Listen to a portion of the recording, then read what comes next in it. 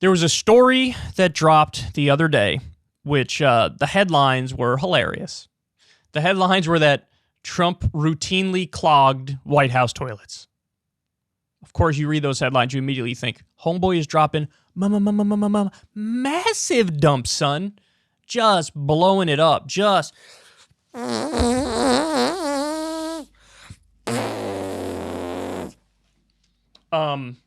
But yeah, those were just the headlines. The meat of the story was very different.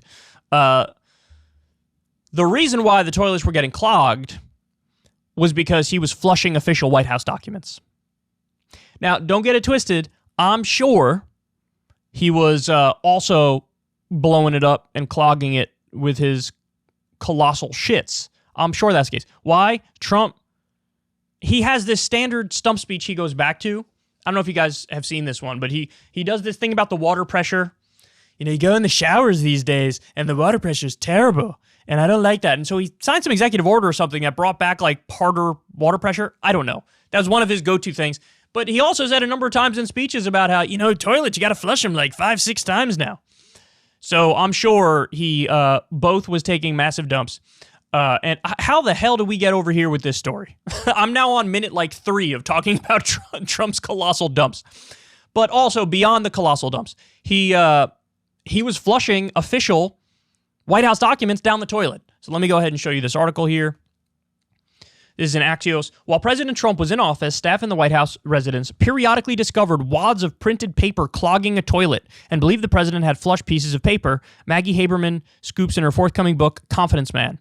The revelation by Haberman, whose coverage as New York Times White House correspondent was followed obsessively by Trump, adds a vivid new dimension to his lapses in preserving government documents. Axios was provided with an exclusive first look at some of her reporting. Trump has told people that since leaving office, he has remained in contact with North Korean leader Kim Jong-un. What? Whose love letters, as Trump once called them, were among documents the National Archives retrieved from Mar-a-Lago. The news of White House toilet flushing comes as the National Archive has reportedly asked the Biden Justice Department to examine Trump's handling of White House records amid the congressional investigation into the January 6th assault on the Capitol. The Washington Post reports that National Archive officials suspected Trump had possibly violated laws concerning the handling of government documents. The National Archives later retrieved 15 boxes from Mar-a-Lago, the Post reported. Archives officials found possible classified material in the return boxes, the New York Times learned. While in office, the former president blithely flouted the Presidential Records Act. Okay. There are a number of things to point out here. One of them is staying in contact with Kim Jong-un is absurd. Could you imagine staying in contact with that guy? Now, I don't know what their means of communication is. I have no idea. Is it phone calls? Is it text messages? Does Kim Jong-un even have that capability? Is it emails? I don't know. I don't know how he does it, but apparently, at least according to this reporting, he does it.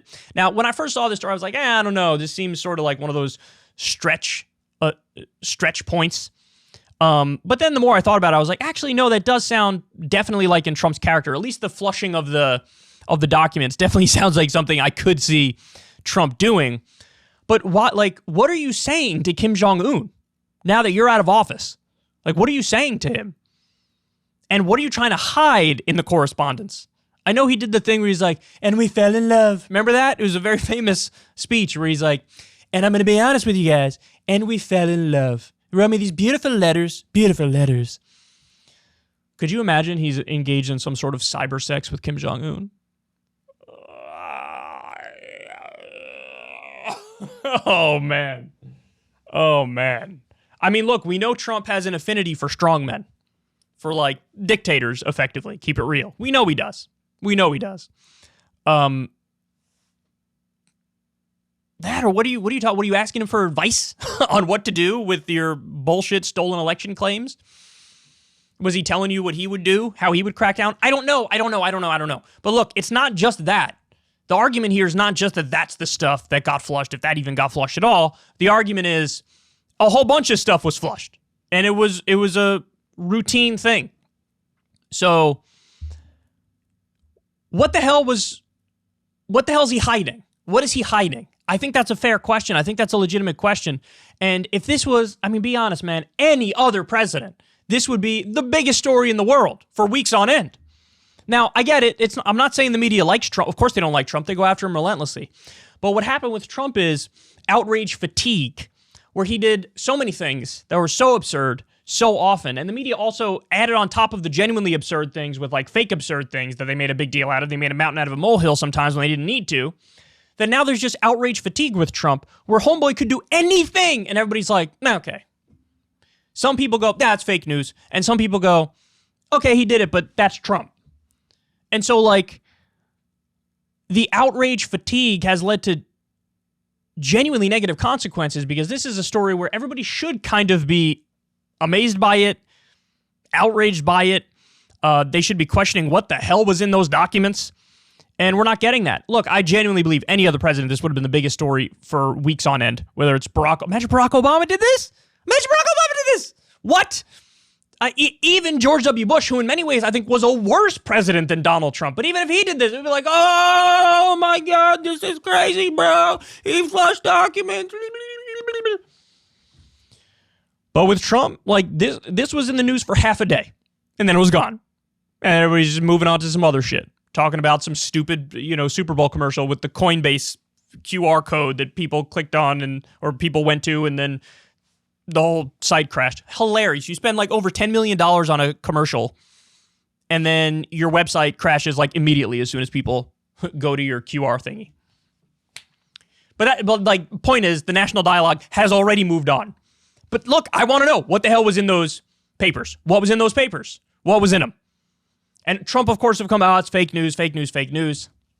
I don't know, man. You decide what you think makes sense and what doesn't make sense. I'd love to see more information on this. I don't know if we'll ever know what was on those papers and if he actually did it. But I will say, having thought about it quite a bit, I do think this fits Trump's character. I don't know so much about the Kim Jong-un thing and staying in contact and all. I really don't know about that. But what I do think is the flushing the papers down the toilet. And some of the stuff that has leaked, which apparently hasn't been flushed down the toilet, like internal White House memos on, leading up to January 6th, which basically outlined for Trump, like, here's how we could maybe do a coup. Declare a national emergency, declare martial law, seize the voting machines. There were all these things.